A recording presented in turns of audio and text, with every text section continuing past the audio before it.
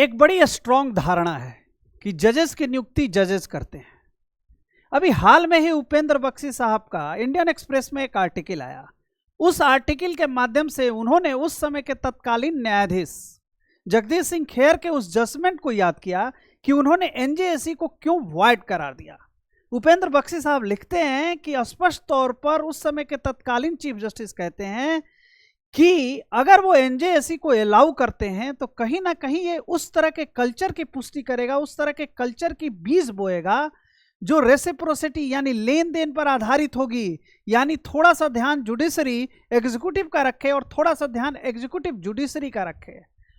और उपेंद्र बख्शी साहब लिखते हैं कि खेर साहब ने इस बात की भी चिंता जाहिर की थी कि ऐसा होने के बाद जो जुडिशियल रिव्यू का पावर है उसकी इंटीग्रिटी पर भी सवाल खड़े होंगे। और इसके अलावा आने वाले समय में फिर हम कैसे उम्मीद कर सकते हैं कि जजेज जो आएंगे वो इंडिपेंडेंट माइंड का आएंगे, इंडिपेंडेंट माइंड फ्रेम के आएंगे, उनके बायसेस नहीं होंगे।